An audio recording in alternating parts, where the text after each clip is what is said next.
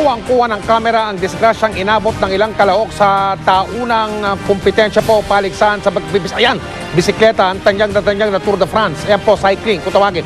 Tumilapon yung dalawang siklista matapos silang mahagip ng kotse ng isang himpilan ng telebisyon na nagko-cover ng karera. Ayan o, mga kapuso. Nagtamo ng tama sa siko ang isa habang nagkasugat naman sa hita ang pangalawa.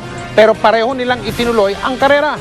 Bukod sa dalawang siklista, may halos 100 kalahok din ang sunod-sunod na sumemplang sa iba pang bahagi ng ruta. Yan pong mga distrasyang yan naganap sa ika-9 na bahagi ng Tour de France.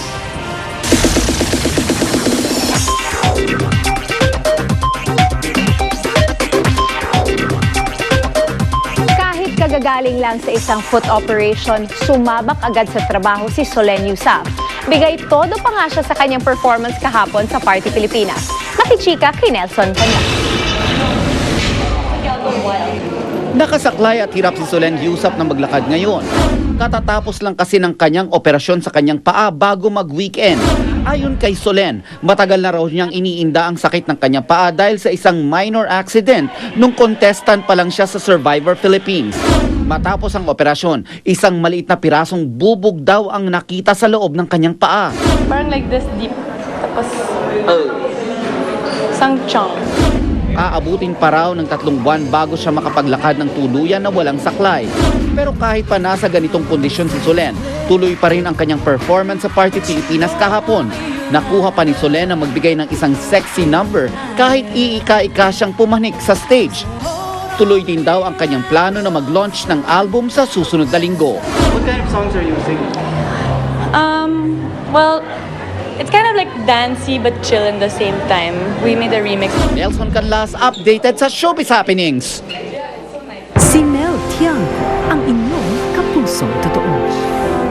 Naaalala niyo pa ba si Elno? Yung batang nagpahanga at nagsilbing inspirasyon sa karamihan, lalo na sa mga katulad niyang may cerebral palsy. Kamustahin po natin ang bata na nananatiling matatag sa gitna ng kanyang karamdaman. Sa likod ng kapansanan at murang edad, kinakitaan na si Elno ng pambihirang katatagan. Katatagan na nagbunga ng talento at galing para sa kanyang kinabukasan. Una natin siyang nakilala noong taong 2005 at noon nga ay nabiyayaan natin siya ng gamot at wheelchair. Dahil sa libreng therapy na handog ng GMA Kapuso Foundation sa kanya, mas malumanay na rin ang pagkilos ni Elno. Bukod doon, hinandugan din natin siya ng pagkakataon na makita at makausap ang kanyang idolong si BJ Tolitz Forbes. Katulad pa rin ng dati, pinagbubuti niya ang kanyang pag-aaral. Okay na okay ang kanyang pag-communicate, very high sounding ang mga words na ginagamit. Sa mental aspect, hindi na siya dapat sa level ng grade 1. Hindi natin ma-pinpoint kung anong level, pero talagang he needs to be accelerated right this year. Masaya po ako. Dahil ba akong nalirate na po ako. Hindi na po ako dadaan na grade 2, grade 3, grade 4. Pananampalataya sa Panginoon.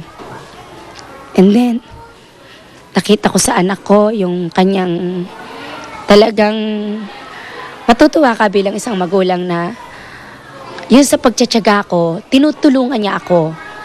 Kasi sabi ko sa kanya, tulungan tayo anak. Katulad ng ibang mga bata, pangarap din ni Elno na makatulong sa kanyang pamilya.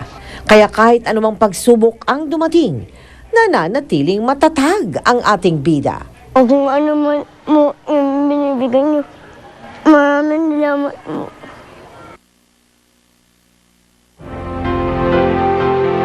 Ang galing-galing mo naman, Elno. At bilang gantimpala, hahandugan ka namin ng bagong wheelchair.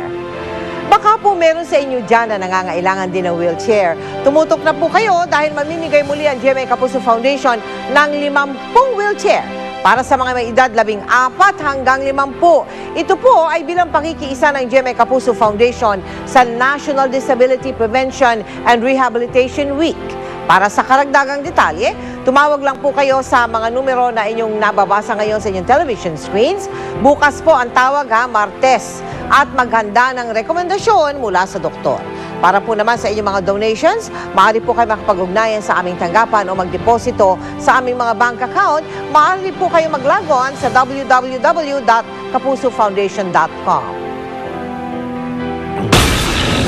Susunod, houseboy, suspect sa pagmasaker sa 3 mag-iina sa Lumban sa Laguna. Puting kalabaw sa South Cotabato, may dala daw swerte? Malalaman natin sa pagpapatuloy ng 24 oras.